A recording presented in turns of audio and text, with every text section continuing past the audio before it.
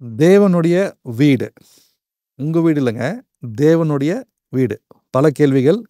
வாங்க let's welcome to FT Jagan. Welcome. தேவனுடைய வீடு. ஒருத்தர் என்னை பார்த்து கேட்டார், அஸ்வின் தேவனுடைய வீடுன்னு சொல்லும் போது எல்லாமே பர்ஃபெக்டாக இருக்கணும் இல்லை அப்படின்னாரு. ஆமாங்க. பிரச்சனையே இருக்கக்கூடாது அப்படி தானே? ஆமாங்க. பீஸ்ஃபுல்லாக இருக்கணும். ஆமாங்க. அப்புறம் ஏங்க இவ்வளோ பிரச்சனை வருது? அந்த மாதிரி தேவனோட வீடு நான் எப்படி அப்படின்னாரு.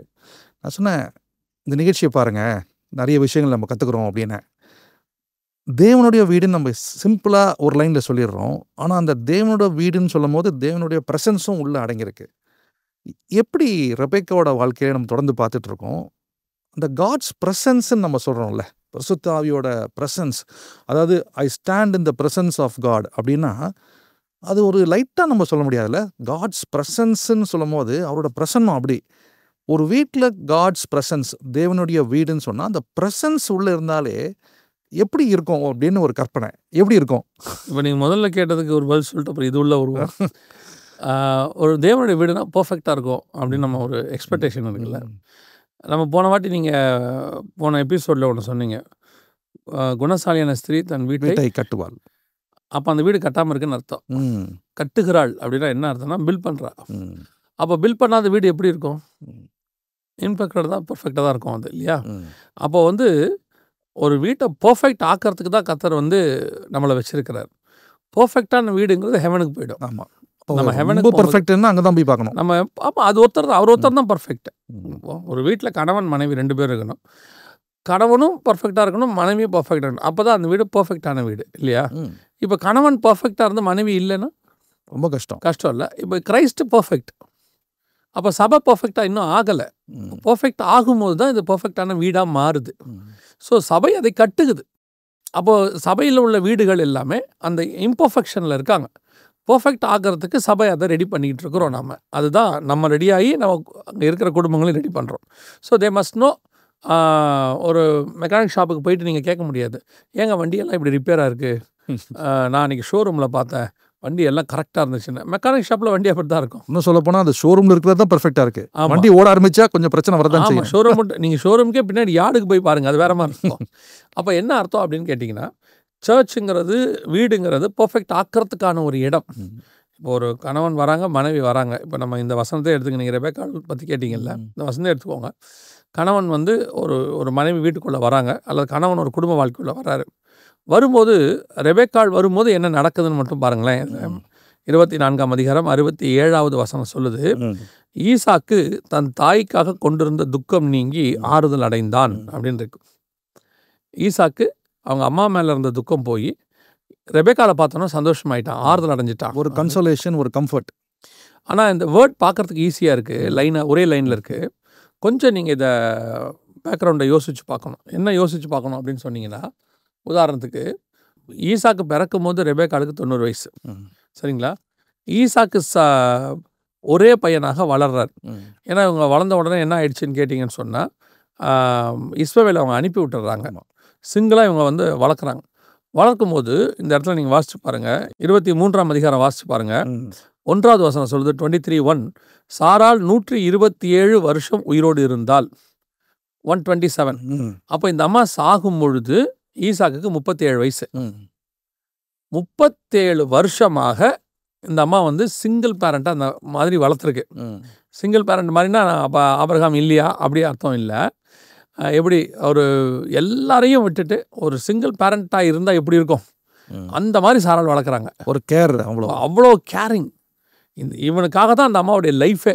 ஆமாம். இன்னும் சொல்ல போனால் அந்த ஓல்டேஜில் தான் அவங்களுக்கு பிறக்கிறாங்க.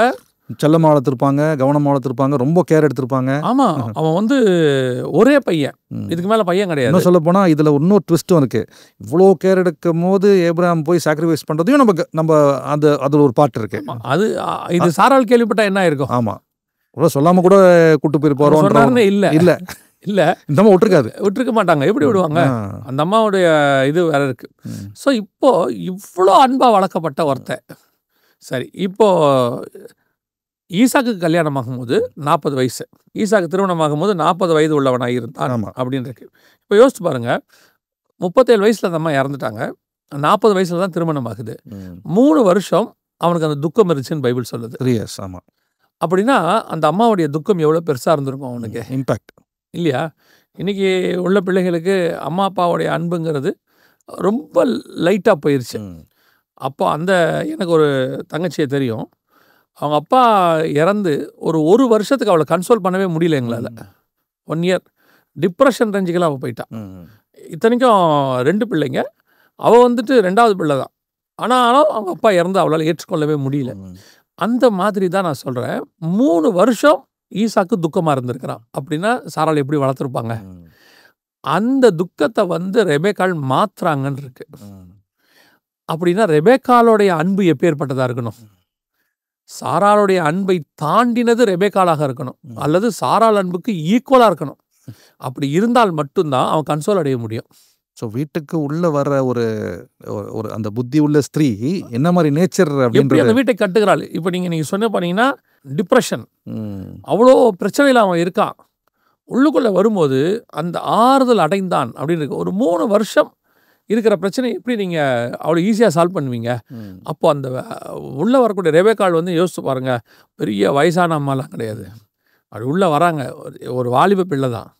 ஆனால் அந்த வாலிப பிள்ளை தன் குடும்பத்தை கட்டி கணவனுடைய தன் துக்கத்தை மாற்றுற அளவுக்கு இருக்கிறாங்கன்னு சொன்னால் அவ்வளோ மெச்சூரிட்டி, அவ்வளோ காட்ஸ் ஸ்பிரிட் இருக்கு. காட்ஸ் வில், அந்த நீங்கள் சொன்ன காட்ஸ் ப்ரெசன்ஸ் அதுதான். ஒருத்தர் கன்சோல் பண்ணுறது காட் தானே, வேற யாரும் கன்சோல் பண்ண முடியாதுல்ல. ரெபேக்காளுடைய ஸ்பிரிச்சுவாலிட்டி எக்ஸ்ட்ராடினரி.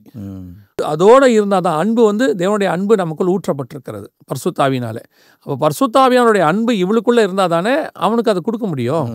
இன்றைக்கி ஒரு வீட்டுக்குள்ளே வரும்போது துக்கம் வருதா போகுதா? நல்ல கேள்வி. இன்றைக்கி பல இடங்களில் அது நான் இப்போ திருப்பி மனைவி கணவன் பிரிக்க விரும்பலை. ஒரு கணவன் வரானா அந்த குடும்பத்தை நான் ஒரு விஷயத்தை நான் கேள்விப்பட்டேன். நீங்கள் எப்படி நான் ரொம்ப பிரமிச்சிட்டேன்னு வச்சுக்கோங்களேன். 50 வயசு 55 வயசு இருக்குன்னு வச்சுக்கோங்களேன். அவங்களோட உட்காந்து பேசிகிட்டு இருக்கும்போது அவங்களுக்கு பேரப்பிள்ளையெல்லாம் இருக்குது. அப்போது அவங்க 2 வாலிப பிள்ளைகளுக்கு அட்வைஸ் பண்ணிகிட்ருக்குறாங்க. அட்வைஸ் பண்ணிகிட்டு இருக்கும்பொழுது அவங்க சொல்கிறாங்க, வாழ்க்கையில் ஏற்றத்தாழ்வு இருக்குமா, நம்ம அட்ஜஸ்ட் பண்ணி போகணும் எல்லாம் அப்படி சொல்லி கன்சல்ட் பண்ணிகிட்டு இருக்கும்போது நான் அந்த பிள்ளைகளுக்கு அட்வைஸ் பண்ணுறதுக்காக அவங்கக்கிட்ட ஒரு கேள்வி கேட்குறேன். ஒரு மாடலுக்காக கேட்குறேன். நீங்கள் கல்யாணமாகி வரும்போது உங்கள் கணவர்கிட்ட சில எக்ஸ்பெக்டேஷன்ஸ் இருந்திருக்கும்ல, எல்லாருக்கும் இருக்கும் தானே, உங்களுக்கு ஒரு இருந்திருக்கும்ல. அப்போ உங்களுடைய எக்ஸ்பெக்டேஷன் என்ன, ஃபுல்ஃபில் ஆச்சா அப்படின்னும் போது அந்த பேரப்பிள்ளை எடுத்தவங்க சொன்னாங்க. நான் ஷாக் ஆகிட்டேன். அவங்க சொன்னாங்க, மேபி அவங்க கல்யாணம் 1970s 60s 1980s கல்யாணம் ஆகிருக்கும். அவங்க சொன்னாங்க, இல்லை பிரதர், நான் அவர் என்னை சர்ப்ரைஸ் பண்ணணுன்னு எதிர்பார்ப்பேன் அப்படின்னாங்க. எனக்கு இன்னைக்கு உள்ள பிள்ளைங்க சொல்கிற வேர்டு அது.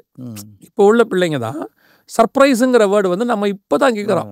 என்னென்னா பர்த்டே அன்றைக்கி ஒரு 12 மணிக்கு எழுப்பி ஒரு ஹாப்பி பர்த்டே சொல்கிறது, இல்லை 12 மணிக்கு ஒரு கேக் வெட்டுறது, இல்லைனா திடீர்னு ஒரு கிஃப்ட் கொண்டு வந்து கொடுக்கறது, சர்ப்ரைஸ்ன்னு பண்ணுறாங்கல்ல. ஒரு பேரப்பிள்ளை எடுத்த அம்மா சொல்கிறாங்க, நான் சர்ப்ரைஸ் எதிர்பார்த்தேன் அவர்கிட்ட, பர்த்டே அன்றைக்கி வரணும், விஷ் பண்ணணும், ஒரு கார்டு கொடுக்கணும். அவங்க ரேஞ்சுக்கு சொல்கிறாங்க, ஒரு கார்டு கொடுக்கணும். நான் கேட்டேன், பண்ணாங்களா அப்படின்னு. அவங்களுக்கு என் பர்த்டேவே ஞாபகத்தில் இருக்காது அப்படின்னு. அப்போ எவ்வளோ பெரியதான ஒரு எதிர்பார்ப்பு அங்கே போயிடுச்சுல்ல, எக்ஸ்பெக்டேஷன். அவங்க அதோடு தான் லைஃப் வாழ்ந்துட்டாங்க. இப்போ நான் கேட்குறேன், இப்போ அது அவங்களுக்கு துக்கம் தானே இல்லையா? ஆனால் இந்த மாதிரி துக்கத்தோடு கூட இருக்கக்கூடிய ஃபேமிலியை ஆறுதல் படுத்துகிற ஆள்னு ஒன்று வேணும்ல. இப்போ நியாயமாக அந்த அம்மாவோட எக்ஸ்பெக்டேஷனை அவர் என்ன பண்ணியிருக்கணும், அவர் நிறைவேற்றிருக்கணும். இதுதான் ரெபேக்கா. ஒவ்வொரு ஃபேமிலியிலையும் ஒவ்வொருத்தருக்கிட்டையும் ஒரு எக்ஸ்பெக்டேஷன் இருக்குது. ஒரு சிம்பிள் எக்ஸ்பெக்டேஷன் தான். அது ஒன்றும் பெருசாக எனக்கு தாஜ்மஹால் கட்டி கொடுங்கன்னு யாரும் கேட்க போகிறதில்ல, கன்ஃபார்மாக கேட்க போகிறதில்ல. கேட்டாலும் கிடைக்காது, வேறு விஷயம் அது. ஆனால் நான் என்ன சொல்கிறேன், அவங்க எக்ஸ்பெக்டேஷன் என்ன, ஃபோன் பண்ணி சாப்பிட்டியான்னு கேட்கணுன்றது தான் எக்ஸ்பெக்டேஷனாக இருக்கும். நம்ம அது கூட செய்கிறது இல்லையே, அந்த ஃபோன் வராதே. அப்போ அவங்களோட எதிர்பார்ப்பு அங்கே போய் ஒரு பீரியடில் அவங்க எதிர்பார்க்குறது, அவங்க லைஃப் ஸ்டைல் அப்படி மாறிடுது. ஆனால் 30 வருஷம் கழிச்சு ஏதோ ஒரு இன்டர்வியூவில் கேட்கும்போது, இல்லை இந்த மாதிரி ஒரு கான்வர்சேஷனில் சொல்லும்போது அவங்க சொல்லுவாங்க, எனக்கு ஒரு எக்ஸ்பெக்டேஷன் இருந்துச்சுங்க அப்படின்னு சொல்லி. ரெபேக்காள் அதை பூர்ணப்படுத்துகிறவளாக இருந்தால், அதான் அண்டர்ஸ்டாண்ட் பண்ணுறாங்க. 4000 years பேக். அதான் ரொம்ப இம்பார்ட்டன்ட். அதுவும் இல்லாமல் இந்த ஹோலி ஸ்பிரிட்டோட ஒர்க்கு அங்கே பார்க்க வேண்டியது. ஒருத்தி உள்ளே ஆறுதல் படுத்துகிறாள். இன்றைக்கி நாம் ரெபேக்கா உள்ளே வரும்போது இன்னொன்று புரிஞ்சுக்கணும். அந்த வீட்டில் ஒரு வேக்கம் இருக்குது, ஒரு கேப் இருக்குது, அல்லது அந்த இடத்துல ஒரு காலியான இடம் இருக்குது. யாருன்னா சாராள் இல்லாதது. அந்த இடத்த ஃபில் பண்ணுறதுக்கு தான் இப்போ ஆள் வேணும். இது ஒரு டீப் ஸ்பிரிச்சுவல் மீனிங்கே இருக்குது. அந்த ஸ்பிரிச்சுவாலிட்டியை அந்த ரெபேக்கா அண்டர்ஸ்டாண்ட் பண்ணுறாங்க. அதுவும் இத்தனைக்கும் என்னென்னா, இவங்க வந்தாங்க அப்படிலாம் நம்ம பார்க்குறோம், பார்க்காமே வராங்க. நம்ம அது லாஸ்ட்டு பதிவில் கூட பார்க்குறோம். ஸ்பிரிச்சுவாலிட்டின்றலாம் தாண்டி ப்ராக்டிக்கலாக ஒரு ஃபெய்த் ஆங்கிளில் வராங்க உள்ள. அவங்களுடைய ஸ்பிரிச்சுவலோடைய மூவே பயங்கரமாக இருக்கும். ஆமாம், இடத்த பார்க்கல, பையனை பார்க்கல, எதுவுமே பார்க்கல, பயோடேட்டா கிடையாது. இத்தனைக்கும் அந்த ஒட்டகங்களுக்கு இவங்க தண்ணி கொடுக்குறாங்க. அந்த ஒரு ஸ்பிரிச்சுவல் மூவ் எங்கே போகுது பாருங்க. இல்லை, அந்த டிசிஷன், விசுவாசம், கண்டு விசுவாசிக்கிறதும் காணாமல் விசுவாசிக்கிறது பாக்கியவான்றங்கள. சர்ச் ரெபேக்காள் இயேசு கிறிஸ்து ஈசாக்கை பார்க்காம தானே விசுவாசிக்கணும். இப்போ அதான் நடக்குது. பார்க்காம தான் விசுவாசிக்கிறாங்க. ஆமாம், அப்படியே நேராக போகிறாங்க. போய் இப்போ உள்ளே போய் எப்படி உங்களால் இவ்வளோ பெரியதான ஒரு வேக்குவமை நிரப்ப முடியும்? இன்றைக்கி நம்ம ஒரு விஷயத்தை நிறைவேற்றுறதுக்கு உள்ளே வரும்பொழுது நம்ம மூலமாக துக்கம் வருதா அல்லது நம்ம மூலமாக ஆறுதல் வருதா? இதான் கேள்வி. இப்போது யாக்கோபு நேசித்து கல்யாணம் பண்ணுறாரு. இந்த மாதிரி கிடையாது. அவர் ராகேலையும் நேசித்து 7 வருஷம் வேலை செய்கிறார். அப்புறம் அவன் சொல்லிட்டான், லேயால தான் கொடுப்பேன், ராகேலை கொடுக்க மாட்டேன். ராகேலுக்கு இன்னும் 7 வருஷம் வேலை செய்யட்டான். இப்போ 14 இயர்ஸ் அவர் ஒர்க் பண்ணுறாரு. இன்னொரு பெரிய விஷயம்னா, அவர் 14 இயர்ஸும் ராகேலுக்காக தான் ஒர்க் பண்ணியிருக்காரு, லேயாளுக்காக ஒர்க் பண்ணல. கணக்கு லேயாளுக்குன்னு இருக்குது. பட் யாக்கோபை பொறுத்த வரைக்கும் அடுத்த 7 வருஷமும் ராகேலுக்காக தான் அவர் வேலை செய்கிறார். இந்த 14 இயர்ஸ் வேலை செய்கிறாங்க.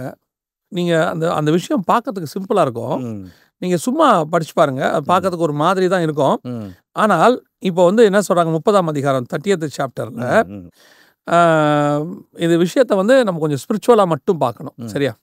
30ஆம் அதிகாரத்தில் 14, 15 இப்போ இவன் ரூபன் ஒரு ஃப்ரூட் கொண்டு வரான். இருக்காது 14-15 ஆமாம் இல்லையா? ஒரு ஃப்ரூட் கொண்டு வர்றாரு. கொண்டு வந்தோடனே அந்த ஃப்ரூட் மேலே ராகேலுக்கு ஒரு ஆசை வந்துருச்சு. அந்த தூதாயும் நற்கனி அப்படின்னு இருக்கு, எனக்கு கொஞ்சம் கொடுங்கன்னு கேட்குறாங்க. கேட்ட உடனே லேயால் சொல்கிறாங்க, நீ என் வீட்டுக்காரையுமே நீயே எடுத்துகிட்டு போயிட்ட, இப்போ என் பையனுடைய இந்த பழத்தையும் நீயே கேட்குற அப்படின்னு. உடனே அடுத்து ராகேல் வாயில் வர வார்த்தையை கவனிங்க. உடனே அந்த ராகேல் சொல்கிறாங்க, அந்த கனிகள் எனக்கு விடு, வேணா நீ என் வீட்டுக்காரர் எடுத்துக்கோன்றாங்க. இது நார்மலாக நீங்கள் ப்ராக்டிக்கலாக பார்க்க வேண்டாம், விஷயத்துக்கு கவனிங்க.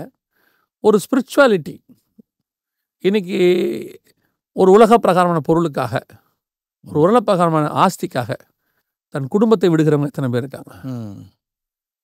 நம்ம போன ஜென்ரேஷன், நம்ம அப்பா அம்மாக்கள், நம்ம தாத்தா பாட்டிகள் குடும்பத்துக்காக செத்தவங்க இருக்காங்க, சாக்ரிஃபைஸ் பண்ணவங்க இருக்காங்க, எவ்வளோ காரியங்களை செஞ்சவங்க இருக்காங்க. இன்னைக்கு தன்னுடைய சந்தோஷம்தான் முக்கியம், தான் வாழ்க்கை தான் முக்கியம், அதுக்காக தன் குடும்பத்தை இழக்கிறவங்க எத்தனை பேர் இருக்காங்க? சமீபத்தில் ஒரு செய்தி கேள்விப்பட்டேன். 2 விஷயம் என்னால் டக்குன்னு அதை விட்டு வெளியே வர முடியல, டைஜஸ்ட் ஆகலை. என்னன்னு கேட்டால், ஒரு அம்மா குழந்தை பிறந்து 6 மாதம் தான் ஆகுது. அந்த அம்மா சொல்கிறாங்க, எனக்கு இந்த குழந்தையோட ரொம்ப ஃபெட்டப்பாக இருக்குது, அழுதுகிட்டு இருக்குது, அதுக்கு பேம்பர்ஸ் மாற்ற வேண்டியிருக்கு, எல்லாம் ஒரு தாய் சொல்லுது, அம்மா சொல்கிறாங்க. அதுக்கு அவங்க பண்ணது தான் ரொம்ப இம்பார்ட்டண்ட். அதனால் நான் ஒரு 6 மாதம் எங்கே ரிலாக்ஸாக வெளியே போயிட்டு வரலான்னு இருக்கேன், பிள்ளையை பார்த்துக்கோங்கன்னு வீட்டுக்கார்ட்ட கொடுத்துட்டு அவங்க போயிட்டாங்க. ஓஹோ, ஒரு 3 months அவங்க ரிலாக்ஸாக வெளியே போயிட்டாங்க. இதை உங்களால் கற்பனை பண்ண முடியுதா? ரொம்ப வித்தியாசமாக இருக்குது. ரெண்டாவது ரொம்ப இமேஜினே பண்ண முடியல கூட இருப்பாங்களான்ற அளவுக்கு இருக்குது. எவ்வளோ ஒரு அடுத்து இன்னொரு இன்சிடெண்ட்டு. ஒரு மனைவிக்கு வெளிநாட்டில் வேலை கிடைக்கிது. அவங்க இங்கேயே நல்லா வேலை பார்க்குறாங்க. ஒரு 1.5 லட்சம் சம்பளம் வருது, வேலை கிடைக்கிது. இப்போ அவங்க கணவர்கிட்ட சொல்கிறாங்க, வெளிநாட்டில் வேலை கிடைக்கிது, நம்ம போகலாம். இப்போ கணவர் சொல்கிறாரு, நம்ம 2 பேர் தான் இங்கே நல்லா இல்லை வெளிநாடு போகிறது என் ஆம்பிஷன், நான் போகிறேன் அப்படின்றாங்க. சரின்ட்டு கணவர் அவங்கள அனுப்பி வைக்கிறார். ஒரு 6 மாதம் 1 வருஷம் கழித்து கணவரை கூப்பிட்டுக்கிறாங்க, நீங்கள் வாங்க, நீங்கள் இந்த மாதிரி, அவங்களுக்கு ஒரே பையன் தான், வாங்கன்னு சொல்லும் போது அவங்க சொல்கிற வார்த்தை, பையன் அங்கேயே இருக்கட்டும், நீங்கள் மட்டும் வாங்க. அப்போ வீட்டுக்காரர் கேட்குறாரு, பையன் ஒரே பையனாச்சு, அவனை எப்படி எங்கே விட்டு வர சொல்ல, ஹாஸ்டலில் விட்டு வாங்க. அப்போது வீட்டுக்காரர் சொல்கிறாரு, எதுக்கு ஹாஸ்டலில் விட்டு வரணும், உனக்கு எங்கே சேலரி இருக்குது, இப்போ எனக்கு நானும் அங்கே நல்லா சம்பாதிக்க போகிறேன் அப்படின்னு. அவங்க சொல்லணும், நாம் கொஞ்ச நாள் ஜாலியாக அங்கே லைஃப்பை ஸ்பெண்ட் பண்ணணும். ஓகே, இது எனக்கு சின்ன வயசுலேருந்து இருக்கக்கூடிய ஒரு இன்ட்ரெஸ்ட். பையன் ஹாஸ்டல் விடும், கணவன் சொல்லிட்டாரு, என்னால் வர முடியாது பையனை விட்டுட்டு. பையனுக்கு 15 வயசு ஆகுது. இப்போ யோசிச்சு பாருங்கள், கடைசி காலத்தில் அன்பு தனிந்து போகும்னு இருக்கு. இன்னைக்கு இந்த மாதிரி சம்பவங்கள் நமக்கு தெரிஞ்சது 1-2, தெரியாமல் எத்தனை நடக்குன்னு தெரியாது. இதில் ஆணும் அல்ல பெண்ணும் அல்ல, எல்லாம் பாகுபாடே கிடையாது. எல்லாருடைய அன்பும் இப்போ வந்து இப்படி தான் ஆகிட்டே இருக்குது. அப்போ ஒரு வீட்டுக்குள்ள தன்னுடைய கணவனுக்காக உள்ளே வந்து அவனுடைய துக்கம் நீங்கக்கூடியதான ஒரு அன்பு இருந்த காலகட்டம் இருந்துச்சு. அதே காலகட்டத்தில் தன்னுடைய சந்தோஷத்துக்காக தன் குடும்பத்தை விடக்கூடிய இடத்துக்கு இன்னைக்கு வந்துருச்சு. இது வந்து எல்லா நிலையிலும் இருக்கு. ஒரு 18, 19, 20 வயசு பிள்ளை பையன் தன் குடும்பத்தை விட்டுட்டு எனக்கு இவங்க தான் வேணும்னு சொல்லிட்டு போயிடுறான். ஒரு திருமணமானவங்க எனக்கு லைஃப்பில் ஸ்பேஸ் இல்லை, எனக்கு ஒரு வேணும்ன்ட்டு குடும்பமே வேணான்ட்டு டிவோர்ஸ்க்கு அப்ளை பண்ணிடுறாங்க. கல்யாணமானவங்க குழந்தை இருந்தால் கஷ்டம் இருக்குன்ட்டு குழந்தை பெற்றுக்காதவங்க இருக்காங்க. அப்படியே குழந்தைய பெற்றுக்கொண்டாலும் அந்த குழந்தை நமக்கு வளர்ச்சிக்கு தடையாக இருக்குன்ட்டு அதை கொண்டு போய் ஒரு ஹாஸ்டலில், நீங்கள் நம்புவீங்களா, 5 வயசு பிள்ளைகளும் ஹாஸ்டலில் கொண்டு போய் போடுறாங்க. அதுக்கு பேர் வந்து இந்த ஸ்கூல் ரெசிடென்ஷியல் ஸ்கூல். அங்கே இருக்காங்க பிள்ளை, ஆனால் 2 பேரும் சம்பாதிக்கிறாங்க. So they don't know the real factor about family. குடும்பம்னா என்னென்னு அவங்களுக்கு தெரியவே இல்லை. இவங்க வீட்டை கட்டுறாங்களா, கட்டலை. இவங்க வீடு கட்டப்படம் அப்படியே நிற்கிது. ஆனால் இவங்ககிட்ட பணம் இருக்குது, ஆனால் பில்டிங் இருக்குது, ஊரில் லேண்ட் இருக்குது, ஒரு கொஞ்சம் நகையும் இருக்குது, நல்ல ஒரு பாஷான கார் இருக்குது. ஒரு டெம்பரரியான ஒரு விஷயத்துக்கு இவ்வளோ சிரமப்படுறாங்க. ஆனால் அவங்களுக்கு தெரியல நான் ஏன் காட் என்ன இந்த கூடாரத்துக்குள்ளே கொண்டு வந்தார். அந்த ஸ்பிரிச்சுவாலிட்டி. இப்போ தேவனோட வீடு இருக்குது, ஆனால் தேவன் இல்லை. தேவன் இருக்கிறார்ன்றதுக்கு உங்ககிட்ட எந்த அடையாளமும் இல்லை. ஆவியானவர் உங்ககிட்ட இருந்தாருன்னா ஆவியின் கனியோ அன்பு, சமாதானம், நீடிய பொறுமை, இதெல்லாம் இருக்கு இல்லையா, இதெல்லாம் உங்ககிட்ட இருந்துச்சுன்னா ஆண்டவர் உங்ககிட்ட இருக்கிறாருன்னு அர்த்தம். இல்லைன்னா அவர் இல்லைன்னு அர்த்தம். இன்னைக்கு பல குடும்பங்கள் இந்த நிலையில் தான் இருக்கு. அப்போ இந்த குடும்பத்தை எப்படி கட்டுவீங்க நீங்கள்? எந்த காலத்திலும் இல்லாத அளவுக்கு இந்த காலத்தில் ஒரு மாயை இருக்கு. ஃபேமிலி அப்படின்னு சொன்னாலே மற்றவங்களோட கம்பேர் பண்ணி அவங்க அளவுக்கு நான் வந்துட்டு ஒரு வீடு வச்சிருக்கணும், என்னுடைய ஒரு வேர்ல்ட்லி பேராமீட்டர்ஸ் இருக்கு, அதுதான் இருக்கு. ஸ்பிரிச்சுவல் பேராமீட்டர்ஸ் இல்லை. ஒரு காலத்தில் வேர்ல்ட்லி பேராமீட்டரில் நம்ம கீழே இருந்தோம், ஆனால் ஸ்பிரிச்சுவலி சந்தோஷமா இருந்தோம். நான் மேலே வரக்கூடாதுன்னு சொல்லலை, ஆனால் அதை பற்றி நம்ம கவலைப்படாமல் கர்த்தர் ஒரு நாள் உயர்த்துவார். ஆனால் காடோட இந்த ரிலேஷன்ஷிப் கரெக்டாக இருந்துச்சு. இப்போ மேலே வர வர வர காடு கூட இருக்கிற ரிலேஷன்ஷிப் இல்லை. ரொம்ப சிம்பிளாக ஒரு வார்த்தை சொன்னோம்னா, ஒரு காலத்தில் சர்ச்சை சுற்றி தான் வீடுகள் இருந்துச்சு. இப்போ ஸ்கூல் எங்கே இருக்கோ அது பக்கத்தில் தான் வீடு இருக்கு. கன்வீனியன்ஸ் ஆயிடுச்சு. ஏன்னு கேட்டால் ஸ்கூலுக்கு பிள்ளை போக்கும் வரணும் இல்லையா, பிக்கப் ட்ராப்லாம் இருக்குது. ஆனால் சர்ச்சு தூரமாக இருந்தால் பிரச்சனை இல்லை. அதோட இன்னொரு ஆங்கிளில் நான் பார்க்குறது என்னென்னா, என்னோட மதரோட லைஃப்பில் நான் பார்த்தது, கிட்டத்தட்ட அவங்களும் இந்த கான்செப்டில் வராங்க. எப்படின்னா, இன்னொரு சவுத் ஆஃப்ரிக்காலேருந்து அவங்க வராங்க, வந்து இங்கே மேரேஜ் ஆகி 3 பசங்க, நான் 2வது பையன். ஆனால் ஒரு விஷயத்தில் ரொம்ப தெளிவாக இருந்தாங்க. எவ்ரிடே அந்த ப்ரேயர் மட்டும் எங்களுக்கு டெய்லி வந்து அந்த ஒரு பாட்டு பாடி ஒரு ஜெபம் பண்ணி அதை வந்து சின்ன வயசுலேருந்தே அதை டீச் பண்ணாங்க. அந்த ஸ்லோகன் இன்றைக்கி அவங்க அஃப்கோர்ஸ் அவங்க காலமாகி ஒரு 4 இயர்ஸ் ஆகுது. அவங்களோட கிரேவ்யார்டில் family which prays together stays டுகெதர்னு ஸ்டேட்மெண்ட்டாக நாங்கள் வச்சுருக்கோம். ஆனால் அது வாழ்ந்து காட்டினாங்க. ஒரு குடும்பத்தில் தேவனுடைய வீட்டில் காட்ஸ் ப்ரெசன்ஸில் அந்த டெய்லி இந்த ஃபேமிலி ப்ரேயர்னு நம்ம சொல்கிறோம்ல, அது எவ்வளோ டீப்பாக இருக்குன்னு எனக்கு நான் என் குடும்பத்தோடு உட்காந்து டெய்லி நான் பைபிள் பேசுகிறோம், அதெல்லாம் பண்ணுறோம். அது எவ்வளோ இம்பார்ட்டன்ட்னு எனக்கு புரியுது. ஆனால் என் பசங்களுக்கு நான் டெய்லி சொல்லிகிட்டே இருக்கேன், ஒரு நாள் உங்களுக்கு ஒரு குடும்பம் வரும், இது நீங்கள் பண்ணணும் அப்படின்னு டெய்லி நான் தெரிஞ்சே சொல்கிறேன். அவங்க மறந்துடக்கூடாதுன்னு சொல்கிறேன். இல்லை, இது எவ்வளோ ஃபவுண்டேஷனாக இருக்குது பாருங்க. கண்டிப்பாக முதல்ல ஃபேமிலி, அப்புறம் அந்த ஃபேமிலி நிற்கணும். குடும்பம் நிற்கிறதுக்கு இதெல்லாம் வந்து ஒரு பில்லர் மாதிரி இருக்குது. இப்போ ஃபேமிலியே இல்லை. இவங்க என்ன நினச்சிக்கிறாங்கன்னு சொன்னால், சண்டே ஒரு நாள் சர்ச்சுக்கு போயிட்டு வந்துட்டு கிறிஸ்மஸ்க்கோ நியூ இயர்க்கோ ஈஸ்டருக்கோ போயிட்டு வந்துட்டோம்னா we are satisfied with. அதாவது அவங்கள பொறுத்த வரைக்கும் அவங்களுடைய ரிலீஜியஸ் கடமை நிறைவேறி விட்டது. என்ன அவங்களுடைய இன்றைக்கி ஃபேமிலிஸுக்குள்ளே போய் உட்காந்து ஒருத்தருடைய காரியத்தை பார்த்தீங்கன்னா, ஒவ்வொருத்தரும் ஒவ்வொரு விதமான பிரச்சனையில் இருக்கிறாங்க. Practical problems. ஆனால் அவங்க ஃபேமிலி வந்து வெளியே பார்த்தீங்கன்னா பயங்கரமாக இருக்குது. ஆனால் நீங்கள் போன பதிவில் சொன்ன மாதிரி என்ன கண்டிஷன் இருந்தாலும் ஒரு ஒரு ஒரு நம்பிக்கை இருக்குது, ஒரு குட் நியூஸ் இருக்குது சரி பண்ணுறதுக்கு. அதில் அந்த இதுவும் இருக்குது. இப்போவும் கத்தரால் சரி பண்ண முடியும். ஒன்றும் இல்லை, இப்போ நீங்கள் சொன்னீங்கல்ல நாங்கள் ஃபேமிலியை உட்காந்து ஜாப் பண்ணுறோன்னு, இதை ஸ்டார்ட் பண்ண சொல்லுங்கள். இதை மட்டும் ஸ்டார்ட் பண்ண சொல்லுங்கள். ஸ்டார்டிங் பாயிண்ட் இதை வைக்க சொல்லுங்கள். எத்தனை ஃபேமிலி சரியாகுதுன்னு பாருங்கள். இன்னைக்கு 1008 காரணம் இருக்குது. பிள்ளைங்க டியூஷனுக்கு போகிறாங்க, அவர் வேலையை விட்டு லேட்டாக வர்றாரு, அவங்க வேலையை விட்டு லேட்டாக வராங்க. இப்படி ஒவ்வொருத்தரும் ஒவ்வொரு காரணத்தை வச்சுக்கிட்டு, ஆனால் இதெல்லாம் எக்ஸ்கியூஸாக இவங்களே வச்சுக்கிறது. ஒரு சிம்டம் உடம்புல வரும், பாடியில் வரும்போது ஒரு ஏதோ ஒன்று வருது, உடனே நம்ம என்ன பண்ணுறோன்னா அதுக்கு வந்து ஒரு டெம்பரவரி ரெமிடி ஒன்று தேடுறோம். அது என்னென்னு போய் நம்ம பார்க்கறதில்ல, டெம்பரவரி ரெமிடியை தேடிட்டு விட்டுறோம். அது நாளாக பெரிய ப்ராப்ளம் வர ஆட்டோமேட்டிக்காக ஹாஸ்பிட்டலுக்கு போயிடுறோம். அந்த சிம்டமை ஏன் காட் வச்சிருக்கிறாருன்னா முன்னாடியே அதை சரி பண்ணுறதுக்கு தான். முகத்தில் ஒரு சின்ன புள்ளி வருதுன்னு வச்சுக்கோங்களேன், ஒரு ஒயிட் பேச்சஸ் வருதுன்னா இந்த ஒயிட் பேச்சஸ்க்கு என்ன காரணம் நம்ம பார்க்கணும். நம்மளே என்ன பண்ணுவோம், ஒரு க்ரீமை வாங்கி போட்டுக்கிட்டு இருப்போம் உட்காந்து. இந்த மாதிரி தான் நிறைய பேருடைய ஆவிக்குரிய வாழ்க்கையும் இருக்குது. இங்கே ஆனால் நீங்கள் சொல்கிற மாதிரி ரெபெக்கா அந்த அந்த அந்த உள்ள அந்த கேப்பை அழகாக வந்து ஃபில் பண்ணுறது மட்டும் இல்லை, ஒரு ஸ்டெப்பு மேலே போகிறாங்க. அது எனக்கு ரொம்ப ஆச்சரியம் என்னென்னா, எப்படி வந்து ஒரு இவர் வந்து ஒரு 25 வயசு 30 வயசு அந்த மாதிரி ஆள் இப்போல்லாம் சொல்லுவாங்க, ஒரு 20-25 வயசில் ஏன் கல்யாணம் பண்ணுறாங்கன்னா வாலிப பிராயம் அப்படின்னு. இவருக்கு 40 வயசு, ஒரு 40 இயர்ஸ் உள்ளதான ஒரு ஆளை கன்சோல் பண்ணுறதுங்கிறது எவ்வளோ பெரிய விஷயம். Matured person. ஆமாம், நாட் ஈஸி. பொதுவாக இப்போ நம்ம பார்த்தீங்கன்னு சொன்னால் மனைவி வந்த உடனே கணவன் கன்சோல் பண்ணுவார். என்ன காரணம்னா அவங்க அப்பா அம்மாவை எல்லாரும் விட்டு வந்திருக்கிறாங்க, இங்கே வந்து அழுதுட்டு இருப்பாங்க. இப்போ எல்லார் வீட்லேயும் அது நடக்கும். எங்கள் அப்பாவை பார்க்கணும், எங்கள் அம்மாவை பார்க்கணும், இவங்க அழுதுட்டு இருப்பாங்க, அவர் கன்சோல் பண்ணுவார்.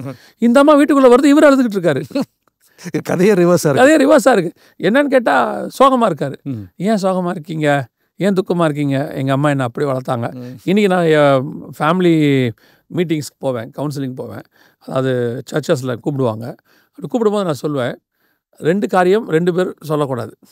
ஒன்று, கணவன் சொல்லக்கூடாத ஒரு வார்த்தை இருக்குது, மனைவி சொல்லக்கூடாத ஒரு வார்த்தை இருக்குது. ஓஹோ. கணவன் சொல்லக்கூடாத வார்த்தை என்ன அப்படின்னு கேட்டிங்கன்னா, மனைவி சமைச்சு வச்ச உடனே எங்கள் அம்மா செஞ்ச மாதிரி இல்லைன்னு சொல்லக்கூடாது. ரொம்ப கஷ்டம் கணவருக்கு. அதோடு அவருக்கு அது முடிஞ்சிச்சு. ஏன்னு சொன்னால் அவங்க ஏதோ ஒன்று செஞ்சு கொண்டு வந்து வைக்கிறாங்க. அப்போ செஞ்சு வைக்கும்போது இவருக்கு வந்து இவங்க அம்மா தான் பெஸ்ட்டு. ஆமாம், அம்மா டேஸ்ட் மாதிரி இல்லையா, அம்மா டேஸ்ட். ஏன்னா இவர் அந்த டேஸ்ட்டில் பழகிட்டார். அந்த டேஸ்ட்டுமே பர்ஃபெக்டான்னு தெரியாது, அந்த டேஸ்ட்லேயே இவர் பழகிட்டார். நானே சொல்லியிருக்கேன். ஆமாம்மா, இல்லை நான் எப்போவுமே சொல்லுவேன், எவ்வளோ கரெக்டாக நீங்கள் சொல்கிறீங்க அப்படின்னு கேட்பாங்க. இல்லை நான் ப்ராக்டிஸ் பண்ணியிருக்கேன் இல்லையா. சொல்லக்கூடாத விஷயத்தில் ஒன்று என்னென்னா, எங்கள் அம்மா செஞ்ச மாதிரி இது இல்லை அப்படின்னு. அதில் நான் ரொம்ப மாட்டினாள். 2வது, மனைவி சொல்லக்கூடாத வார்த்தை. அது என்னன்னு கேட்டிங்கன்னா, எங்கள் அப்பா வீட்டில் நாங்கள் எப்படி இருந்தோம் தெரியுமா. என்னன்னு கேட்டால், அப்பாவை தான் கொண்டு வந்து உங்களை நம்பி ஒரு பர்சன்ட்டை ஒப்படைச்சிருக்கிறாரு. மேபி அவர் அண்ணனா கூட இருக்கலாம், அப்போ தான் கல்யாணத்துக்காக அவரை பார்த்துருப்பாங்க. அப்பா நம்பிக்கையாக ஒருத்தர்கிட்ட கையை பிடிச்சி கொடுத்துருக்கிறாருல, அந்த அப்பாவோட நம்பிக்கைக்குரியவராக அவர் இருக்கிறாரு. அவர்கிட்ட போய் டெய்லி எங்கள் அப்பா வீட்டில் நாங்கள் எப்படி இருந்தோம் தெரியுமா, எங்கள் அப்பா எங்களை எப்படி வச்சுருந்தார் தெரியுமா, எங்கள் அப்பாலாம் எங்களை ராணி மாதிரி பார்த்துக்கிட்டாரு அப்படின்னா அவனுக்கு கோவம் வருமா வராது? இல்லையா, வரும் தானே. அப்போ இந்த 2 வார்த்தையும் 2 பேரும் சொல்லக்கூடாது. அவங்க வீட்டை கட்டலை. இப்போ என்ன ஆகுதுன்னா, 2 பேருக்குமே கர்த்தர் என்ன சொல்கிறாரு, இது முதல் கொண்டு தன் தாயையும் தகப்பனையும் விட்டு அவன் பிரிந்திருப்பாள். யாரு? கணவன். மனைவிக்கு உடனே எல்லாரும் சொல்கிறாங்க, ஆமாங்க கரெக்டு, இது தாங்க நாங்கள் தனி கொடுத்துன்னு போகலான்னு சொல்கிறோம் அப்படின்னு அவங்க உடனே இந்த வருஷம் எடுத்துக்கிறாங்க. இப்போது மனைவி என்ன சொல்கிறோம், அவங்களுக்கு ஒரு வருஷம் ஆண்டு சொல்லி வச்சுருக்காரு, ராஜகுமாரத்தியே உன் தகப்பன் வீட்டை மறந்து விடு. இருக்கு, வசனம் இருக்கு, உன் தகப்பன் வீட்டை மறந்து விடு, அப்பொழுது ராஜா உன் அழகிலே பிரியமாயிருப்பார். கணவன்கிட்ட நீ போய் அன்பாக இருக்கணும், கணவன் உன்னை விரும்பணும்னா உங்கள் அப்பா வீட்டை மறந்துருன்னு இருக்கு. இந்த 2 ஃபார்முலாவை கரெக்டாக ஃபாலோ பண்ண ஒரு ஆள் யாருன்னு கேட்டிங்கன்னா ஈசாக்கும் ரெபேக்கா. இப்போ இந்த இடத்துல என்ன இருக்குது, சாராள் இல்லை, இது முதல் கொண்டு பிரிந்து அவன் ரெபேக்காவோட கூட இருக்கிறான். ரெபேக்காவுடைய பெரிய விஷயம், தன் தகப்பன் வீட்டை மறந்துட்டாங்க. இப்போது நம்ம ஏற்கனவே பேசணும், நம்ம எல்லாமே ஸ்பிரிச்சுவல் சென்ஸ்லேயே பேசிட்டு. ஆமாம், ஸ்பிரிச்சுவல் சென்ஸ் தான் சொல்கிறோம். அது நேர்கள் பார்க்கும்போது இப்படி தான் சொல்லிட்டார் அப்படி தான் சொல்லிட்டாருன்னு கணக்கு போட வேணாம். இல்லை, இதை கொஞ்சம் டீப்பராக பார்க்கணுன்றது ஒரு உடனே அப்பா அம்மா விட்டு போயிரு போறீங்க. அப்படி இல்லை எங்கள் மீனிங். ஆமாம், இங்கே என்ன விஷயம்னா, இப்போது ஆபிரகாம் வந்து அந்த ஊழியக்காரரை ரெபேக்காளுக்கு பொண்ணு பார்க்க போகும்போது ஒரே ஒரு முக்கியமான விஷயத்த சொல்கிறாரு, என் பையன் கானானை விட்டு வெளியே போகாமல் பார்த்துக்கன்னு சொல்கிறார். ரொம்ப கிளியராக இருக்காரு, அதில் ரொம்ப கிளியராக சொல்கிறார், தெளிவாக இருக்காரு. அப்போது ரெபேக்காள் உள்ளே வந்துட்டாங்க. ரெபேக்காள் உள்ளே வந்த உடனே இவங்க வந்து ஈசாக்கை திருமணம் பண்ண உடனே ஒரே மாம்சம் ஆயிட்டாங்க வசனத்தின்படி. அப்போது ரெபேக்காள் திரும்பி கானானை விட்டு போனாலும் அது ஈசாக்கு போனதுக்கு சமானம். ஆமாம், இல்லையா? கரெக்ட். அப்போ ஈசாக்கு போகக்கூடாதுன்னா இவங்களும் ரெபேக்காலும் போகக்கூடாது. ரெபேக்கா திரும்பி போகவே மாட்டாங்க. ரொம்ப கிளியராக இருக்காங்க. ரொம்ப பர்ஃபெக்ட். கடைசி வரைக்கும் அவங்க அதே கானானில் ஆபிரகாம் சாராள் கல்றையில் தான் அவங்க இருப்பாங்க. அது ஒன்று. ரெண்டாவது வந்து அந்த டோட்டல் ஏப்ரஹாமோட கான்செப்டை, ஸ்பிரிச்சுவல் கான்செப்டை உள்வாங்குறாங்க. இப்போ இதைத்தான் each and everybody want to learn. நான் உள்ளே வந்து துக்கம் நீங்கிறேன், துக்கத்தை நீங்கிட்டு இப்போ இவன் போயிட்டாங்கன்னு வச்சுக்கோங்க, இவங்க வந்து 3 வருஷம் இல்லாத அந்த துக்கத்தை மாற்றி ரெபேக்கா ரொம்ப அன்பாக்கிட்டாங்க. இப்போ திடீர்னு ரெபேக்கா அன்பாக்கி கூப்பிட்டுட்டு போகிறது ஒன்று இருக்கு. நான் போய் ரிலாக்ஸாக ரெஸ்ட் எடுத்துகிட்டு ஒரு மாதம் கழிச்சு வரேன்னு சொல்கிறாங்க. அன்றைக்கெல்லாம் போனால் 5 நாள் ஆகும் வரத்துக்கு. ஏன்னா அவங்க இஸ்ரேலேருந்து சிரியாவுக்கு போகணும், டிஸ்டன்ஸுக்கு போகணும். அப்படி சொல்கிறாங்கன்னு வச்சுக்கோங்க, அடுத்து இவன் துக்கமாயிடுவான். போகவே இல்லை. இந்த ஃபார்முலாவை அவங்க ஃபாலோ பண்ணாங்க பார்த்தீங்களா, இதுதான் நம்ம பண்ண வேண்டியது. கிரைஸ்டுக்கு ஒரு ஃபார்முலா இருக்குது. அந்த ஃபார்முலா ஃபாலோ பண்ணுறதுக்கு தான் மனைவியாகிய சபை இருக்குது. அதை வீட்டில் பிரதிபலிக்கணும். அந்த குடும்பம் தான் கட்டப்படுகிற குடும்பமாக காணும். தேவனுடைய வீடு. மிக்க நன்றி பிரதர் ஜெகன். நிறைய பேசணும்னு தோணுது, நிறைய கேள்விகளும் இருக்குது. பட் அடுத்த நிகழ்வில் ரெபேக்காவோட இன்னொரு கேரக்டர், இது தோண்ட வந்துட்டே இருக்கு. அடுத்து இன்னொரு கேரக்டர் பார்க்கும். இந்த நிகழ்ச்சி நீங்கள் வந்ததுக்கு மிக்க நன்றி. கடைசியாக நேயர்களுக்கு ஒன்றுன்னு சொல்கிறேன், தொடர்ந்து ஜெபிக்கிறாங்க. நான் எப்பவுமே சொல்லுவேன், இந்த நிகழ்ச்சிக்காக மட்டும் இல்லை, உங்கள் ஊழியத்துக்காக, எவன்கேலியல் லேட்டர் மினிஸ்ட்ரிக்காக, நம்பிக்கை தொலைக்காட்சிக்காக ஜெபிக்கிறவங்க வேணும் அப்படின்னு சொல்லுவோம். நம்ம வேறு எதுவும் கேட்கல, ஜெபம். வி வாண்ட் நேயர்கள், நீங்கள் பார்க்குறீங்க, நிறைய பேர் பிளெஸ்ஸிங்காக இருக்காங்க, நிறைய பேர் ஜெபிக்கிறனும் கமெண்ட்ஸும் போட்டிருக்காங்க. மிக்க நன்றி. தொடர்ந்து இந்த 2 ஊழியங்களுக்காக ஜெபிங்க. இந்த மினிஸ்ட்ரி, அதாவது இந்த நிகழ்ச்சிகள் நம்ம கிட்டத்தட்ட ஒரு 500-550 நிகழ்ச்சிகள் பண்ணியிருப்போம் டோட்டலாக. இது வந்து எப்படி ஆரம்பிச்சதுன்னு தெரியல, ஆனால் ஒன்று இருக்குது, தேவனோட திட்டம் வெளிப்படுது, காட்ஸ் லீடிங் இருக்குது. நம்ம உட்காரும் போது கூட வந்து உட்காடுறோம், பரிசுத்தாவி பேசுகிறாரு. அதுதான் நம்ம ரொம்ப அது எனக்கு பிடிச்ச டைமே இந்த ஷூட்டிங் டைம் தான்.